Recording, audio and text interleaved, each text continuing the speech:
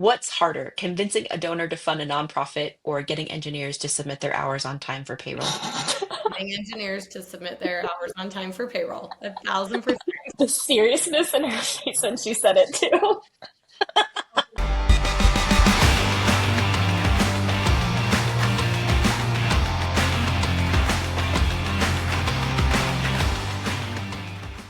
Welcome to Ship It Anyway, the show from HeroDevs that's part game show and part conversation. Two guests will compete in a series of games about real tech quirks, fails, and features, with hot takes in between about those times in life when things might not be perfect, but sometimes you just have to ship it anyway. I'm your host, Wendy Hurst. Today, I've invited two guests from HeroDevs to compete for the winning title. In one corner, we have Justine Mines from Chicago, who knows that great companies start with great people. After years of shaping teams in healthcare, she shifted to tech, bringing her talent scouting skills to HeroDevs as Director of Talent Acquisition and HR Operations.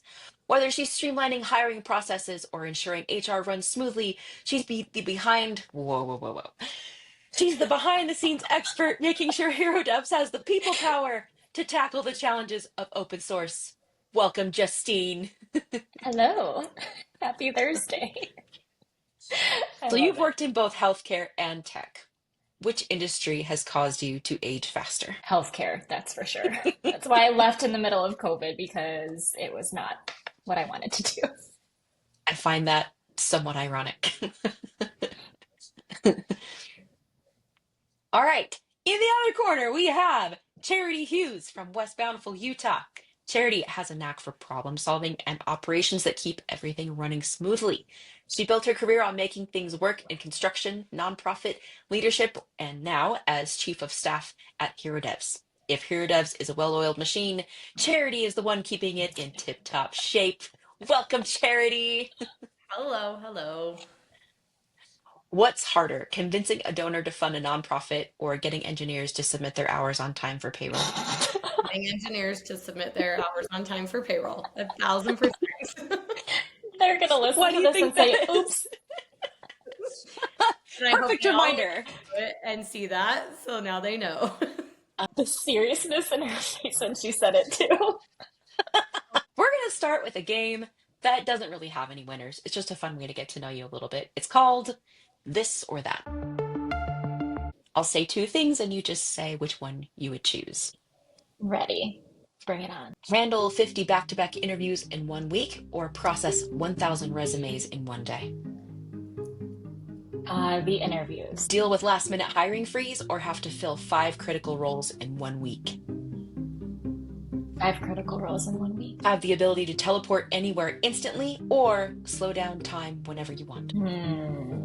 I would say teleport because, especially right now, I would definitely go somewhere warmer. Give up coffee forever or never eat dessert again. Give up coffee. Penthouse in the city or a cozy cabin in the mountains. Penthouse in the city. Predict the future or read minds. Probably read minds. Last one. Go to space once or travel anywhere on Earth for free forever. Travel anywhere on Earth for free forever. Where would you go? Italy. It's always been on my bucket list. Or Greece. Or both. All are good answers. Yes. You go there for free forever. Yep. All right. Charity, over to you. Coordinate a massive company event with 1,000 people or handle a company-wide crisis with no warning. Coordinate an event for 1,000 people. So you're a warning person. Got it. Yes, I like warning, and an event is usually a fun, happy thing. A crisis is not. Handle all internal communications or manage every single executive's schedule. Ooh, probably manage all their schedules so I could keep track of them. That'd be helpful, really. I mean, would it be a hard thing to do? Yeah, but at least I could know where they're supposed to be and when I can find gaps in their schedules to find them. Stuck in an elevator for an hour with a stranger or with your phone battery at 1%. Stuck in an elevator with a stranger for an hour. I don't really have strangers. I just make friends with whoever I can. So they'd be my best friend by the time I left. Are you the kind of person that when you walk into an elevator with full of people, you just like walk in and you just look at the people and not the door? Yeah, I just like, hi, I could how see are her you? doing that.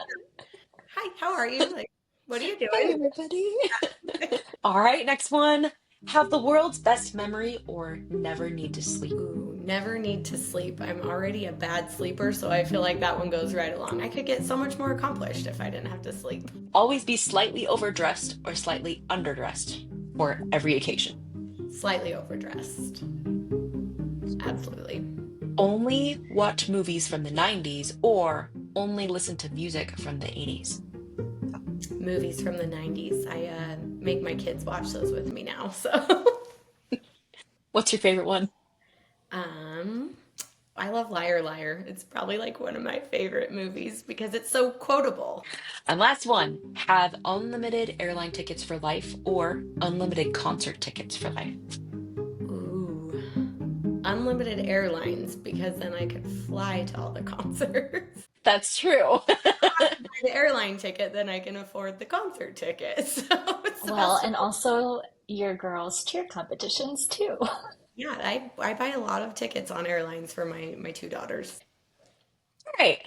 I want to talk a little bit about how you guys got into tech. Justine, tell me a little bit about what you did before you came to HeroDevs.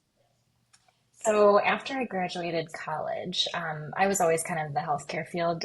I graduated with my bachelor's in biology, and here I am. But I was always just like my family was in the healthcare industry, and so I worked in skilled nursing, assisted living, and I was also a recruiter HR in the middle of COVID, just because I wasn't hiring the quality that I wanted to hire. It was more so just hire, hire, hire, and I didn't feel comfortable doing that at that point. Is this the one that aged you? Yes. Absolutely. Well, I also had 10 different locations, and I wasn't just helping Illinois as well. I was kind of helping the whole region. So it was a lot. It was a good experience. I can't complain, but it definitely helped me transition to a new industry. How about you, Charity? Tell me a little bit about what you did before you came here. I worked for a nonprofit that supported the construction industry, which was kind of my introduction into that. Luckily, the skills I learned after high school and into college were really transferable. Accounting, HR, pretty much every company needs those. So I got to try my hand at nonprofit, and I really loved it there. And then I was approached by one of like our members to go work for him and kind of change the things within his company. So I worked for a construction company after the nonprofit for 7 years. And then it's kind of the same as Justine. It was in the middle of COVID, trying to raise two young kids. Just needed a change. It was a family owned business that kind of wasn't looking for growth or anything like that. They were happy with where they were, which was fantastic. But I didn't feel like I was done yet. So I wanted to kind of branch out and see what else was out there. And that's how I landed at HeroDevs. If you could go back in time and change one decision in your career, what would it be? I think mine would be being willing to try new things sooner. I think it's really easy to get boxed in and like, oh, I do the financials or I do HR, but it's neat to be able to like take on those special projects where you learn additional skills that one day are transferable somewhere else. A lot of the experience that Hero Does has given me, I've never done before, but I've been given the freedom to like, hey, try this, try your hand at it, take it and run with it, and we're here to support you. So it would be trying new things that maybe you don't think you're capable of, but being willing to throw your hat in the ring to at least try. What about you, Justine? Yeah, kind of going along that, I feel like when I was in college, I was so set on one thing. I changed my major. Yeah, like my sophomore year, I thought I was going to be a math teacher. And so, I switched from education to biology, and biology is just so broad. I wish I would have been more open to like maybe the business side of things or, something more in line with what I'm currently doing because I like the people aspect of it all. So I wish maybe like taking extra courses or, like the outside of my core classes, something that would be more related to something like this so that I have a better understanding of how like a business is run and like the startup culture. Because I always thought being with a bigger company would be best for me. Um, so yeah, I think being more open as well. What is an industry or skill completely outside your field that you would love to master? Um, Kind of circling around to Justine's, when I originally started my college career, I was going to be a nurse. And then I discovered I like don't have the heart for it, because I get too attached to people. But I think it would be really neat to go, now as an adult with kids and knowing what that entails. I think it'd be really interesting to kind of look back at healthcare and see what I missed had I gone down that path. I wish I had a more creative side. Like, especially now having a 3-year-old, like doing more crafty things. Like, I'm definitely an Amazon mom. Charity is the same. Like, I wish I was more of the Pinterest mom. Like, I can really sit down and instead of just buying things, creating it and making it exactly what I want. I just wish I had a creative side. It'd be so much easier in certain aspects. What is a common misconception people have about your job? I think people think a chief of staff is like the coordinator for everyone, which I am for a lot of people. But I think a misconception is that it's only people related. I take on a lot of special projects.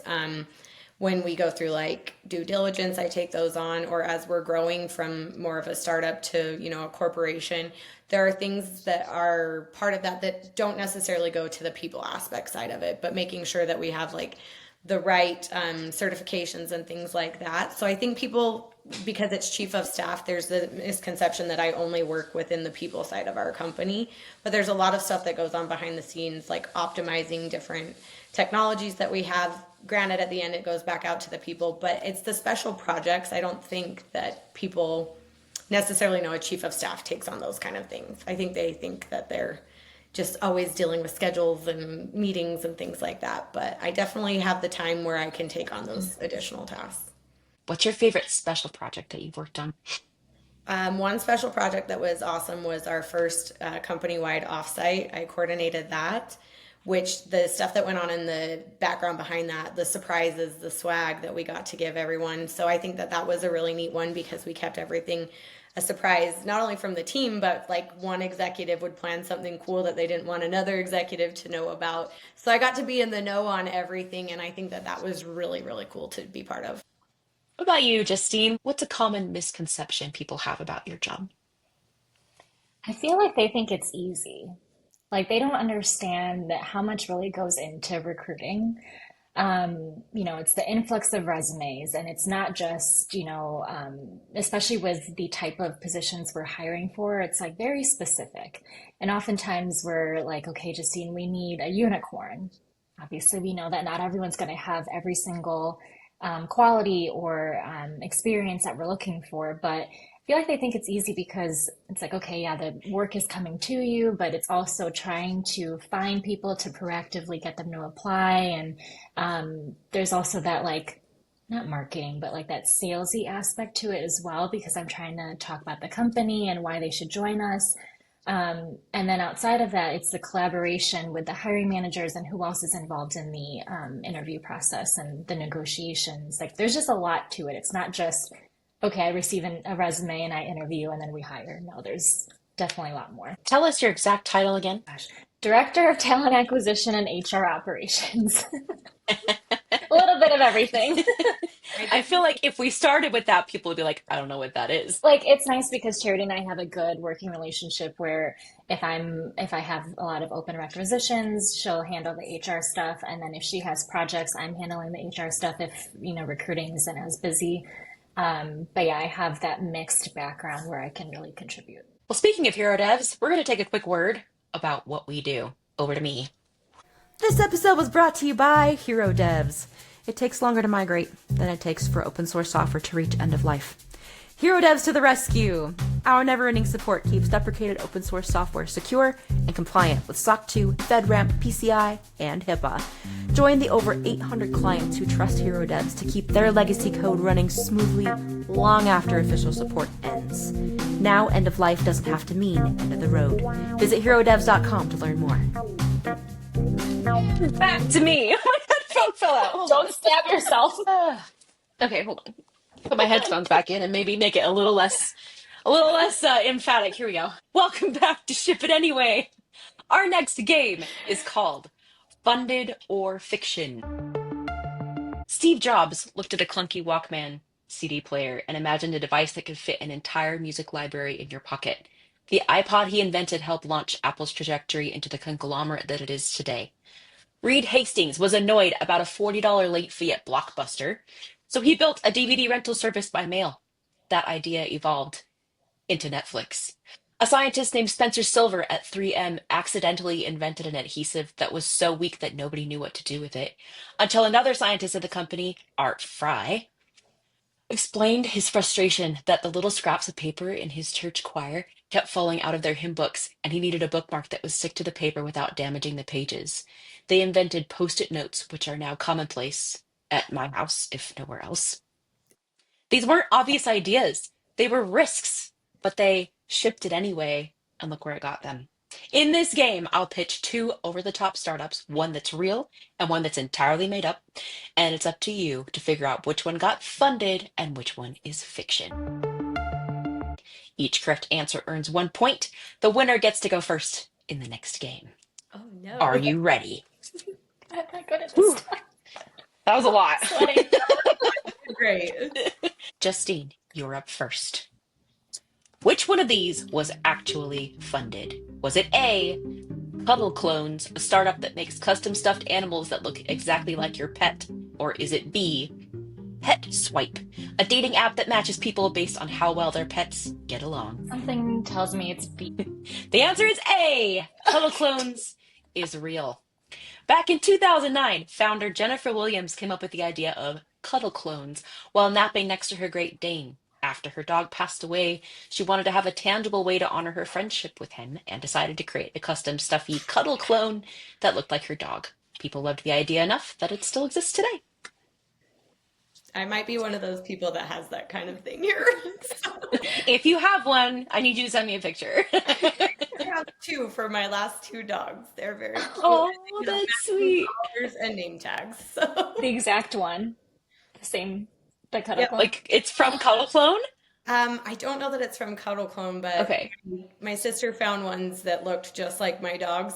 We had a Rottweiler, so I have one of Hmm. her, and then a Dachshund, so I have one of him, and they live on my bed. Oh, that's sweet. Okay, Justine, question number two. Two of two. Which is the real deal? Was it A, Jellyfish as a Service, JFAS, a startup offering real jellyfish as office pets with lot connected tanks that automatically adjust water conditions? Or B, Yo, an app that only sends the word yo to your contacts. Oh my gosh, I'm going to say that one again because editing it is a pain. Or was it B, Yo, an app that only sends the word yo to your contacts? That's it, just yo. I'm gonna say yo. The answer is B, yo! You get a point. Yo was a social media app that enabled users to send individual notifications to other users just with the word yo. It was created by Israeli developer Or Arbel in 8 hours at the request of their CEO of Mobly, who asked Arbel to design a single button app to send a notification to his assistant or wife. The app had an API which has Yo. enabled developers and brands to send a yo to groups of users, like when the World Cup sent a yo every time a goal was scored. FedEx even set up a service using the app through which users could receive a yo when their package was being delivered.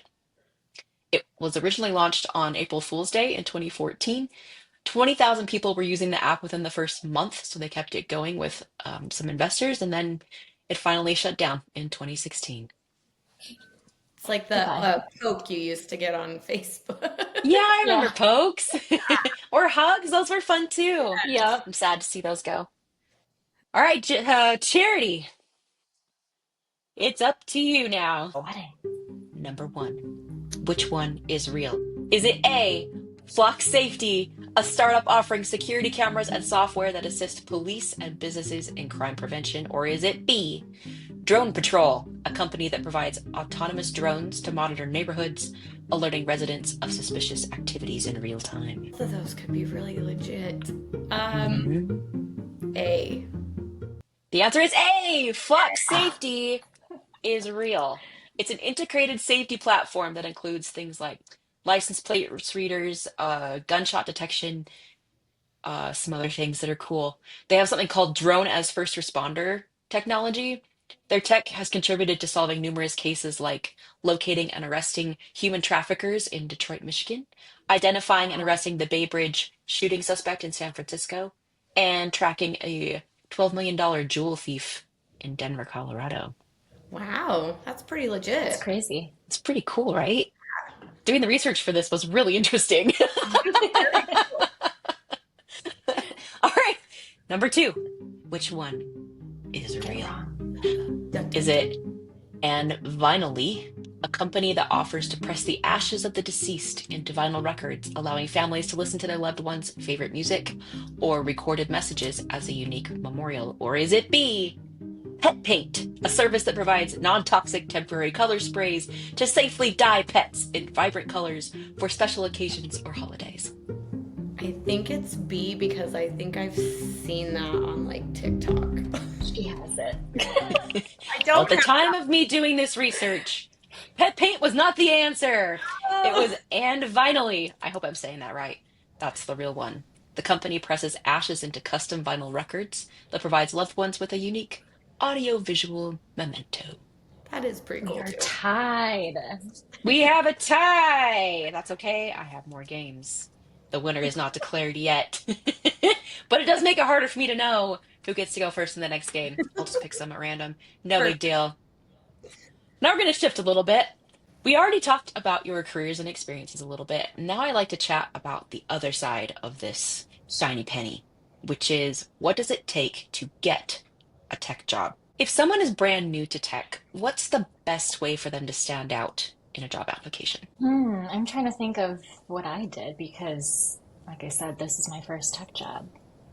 Hmm. I mean, for my position in particular, I mean, a lot of my skills and experiences were transferable. If I'm thinking of someone like straight out of school or something, I would probably look for maybe some, not volunteer, but like internships or something, or the courses that they took, like just the path really, and why they want to be here. What's good about our company is that we, like to promote from within. We want to make sure that we are able to help them grow personally, professionally, which is why we have like that $1,000 education stipend.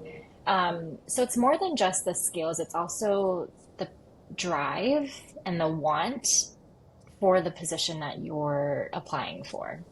Another thing that I think makes you stand out in tech is like the networking aspect, which where we're a remote company, LinkedIn is a huge one for us.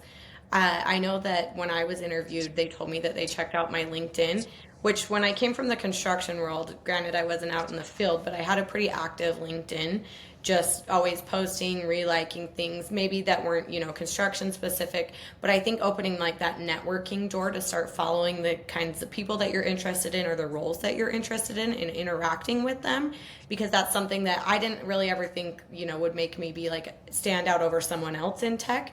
But they did say, like, yeah, we checked out your LinkedIn. People have given you the recommendations on there, especially with those transferable skills. But I think that's such a big thing is just being able to put like your fillers out there in the industry that you're interested in. How active you are too, like when we're looking at sales folks, like I kind of see like what they're doing to really get our brand out there. So I know that our sales team is really good on social media lately. Okay. So you both have not just hired people into different industries, even if it's not tech, but also you worked with people in different industries. Do you feel like formal degrees are still important in hiring, or do skills and experience matter more? I think skills and experience matter more. I will say, like, when we're looking for those unicorn people, there's not necessarily a degree in like all these five things that Justine's looking for. So it's the experience and saying like I've worked in this tech stack before or in this framework. There's not going to be like a .NET degree specifically. Yeah. And a lot of our folks too have come from like non-traditional like training and education. Like I don't have an HR background or, an HR degree. Charity doesn't have that either.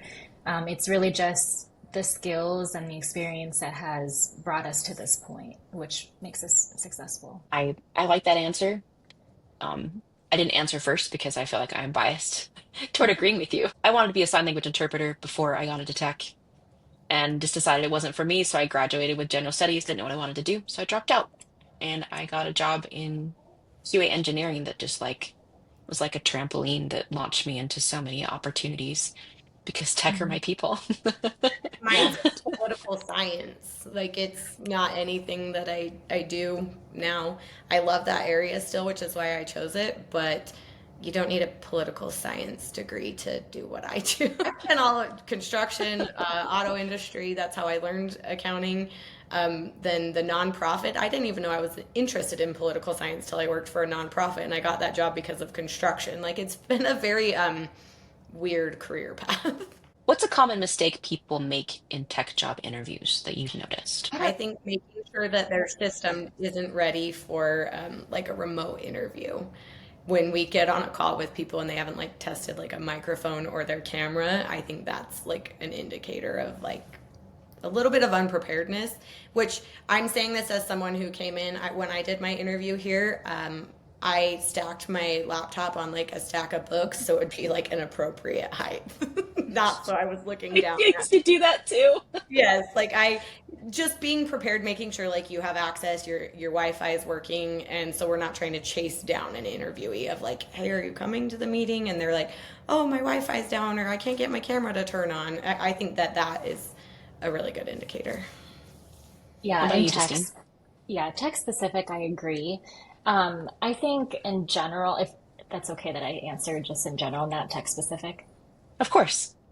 So in the remote world, I feel like people are too comfortable in interviews nowadays.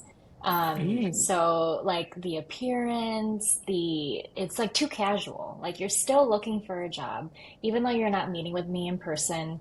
And even though we wouldn't work together in person, like at all, really, I still expect people to present themselves in a way that they would in person. And yeah, just like setting yourself up in the environment that is appropriate and professional is still something I look for. Because I mean, that's how we want to present ourselves when we're in conferences or on client calls or whatever the case may be. Like, we want to make sure that we are still holding ourselves accountable to that professionalism and not being so casual. Like, yes, we look at culture and, we're very easygoing, but if you're looking for a job and you're really serious about it, I expect you to be serious in the interview. Like I think I do a pretty good job at letting people open up to me, but there's a little point where it's like, okay, that's a little too friendly. We're gonna have to tone it back a little bit. Yeah. So when you're doing these interviews, or when you're just kind of, even after the interview, how can you tell if a company's culture is the right fit for them before they accept the job? They ask a lot of questions, which I appreciate because as a recruiter, I don't want to be the one asking you questions all the time. I expect you to also interview us because that shows that you're serious about wanting to be here. And, the culture is, I think it's important for everyone, especially in a remote world. Like, we do a really good job at making sure we still have that personal touch. So I want to make sure that they know what they want and what's important to them before accepting the job. I don't want anyone to just kind of be like a pushover, because I ask questions too if I were to be interviewing for a new job. It's a matter of coming prepared. The most recent interview that I was part of, they came in saying, like, when I looked at your website and when I checked your social media, it's kind of that all-encompassing. Like, I didn't just look at the role and never look at anything else within the company ever again. They're like, oh, I saw, like, on social media, I saw your Christmas video that you guys posted. That looked really cool. Or you guys do a company offsite. I saw a video. I think it's them showing the interest in the company as a whole, not necessarily just the role. I think that's how we know that, especially in the startup world, people wear many hats. So knowing that they're not just looking at, oh, I'm going to only do this specific role, but they want to check out the entire company and what it is that we're doing as a whole, because we all contribute to make it work. But like, even what you and I, Wendy, do is so vastly different. But like, we have that cross where we get to know one another because we interact in a startup world, where maybe in a big corporate, monster, marketing isn't going to hang out with like the chief of staff a lot. Last question. What do you wish more candidates knew before applying for tech jobs? I think that it's just ever evolving. Like, they have to kind of be, not even just in the startup, but tech is always changing. So I would want them to be a little bit more flexible and open-minded that things can change, and that's okay. Because what we're doing is changing in a good way. Definitely. I think it would be knowing just how fast paced it is. What worked last week for our company might not work this week because so much has changed in a week. When I started here, I think we had like 20 people maybe, and in less than 3 years, we're almost to 100, which I think is incredible. So all the things have to change to get to that point, and it's very quick, and it happens. Justine will get the rec to open 10 positions, and all of a sudden we went from 40 to 50 people overnight. So I think it's just how quick things move in tech. Perfect. Well, now that we've talked about what you both know best, we're going to shift to our final game of the show called Not My Job. I'm going to ask you 3 questions that have nothing to do with your job in the real world or anything we've talked about today, and everything to do with what you know about the strangest things ever sold on eBay. Each correct answer earns 1 point. Charity, this one's for you. Alrighty. Number 1. In 2004, someone sold a grilled cheese sandwich on eBay for $28,000. What was special about it? Was it A, it had the face of the Virgin Mary?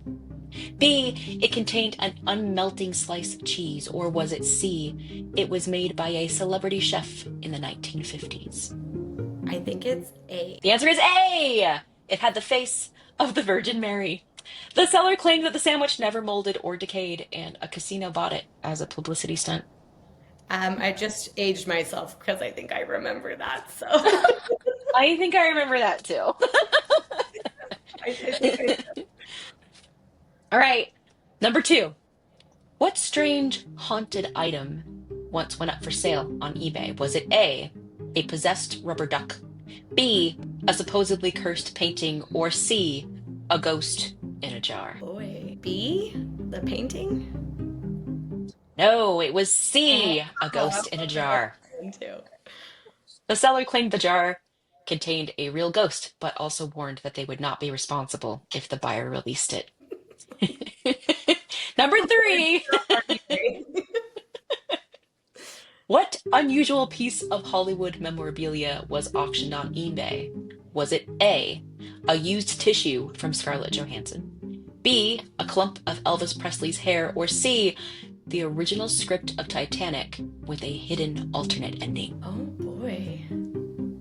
This one's a crapshoot. Everything's riding on this, Charity. Everything's riding on this. A. For some reason, I feel like I remember hearing a story about like a tissue somewhere. I'm sorry, the answer was B, a clump of Elvis Presley's hair.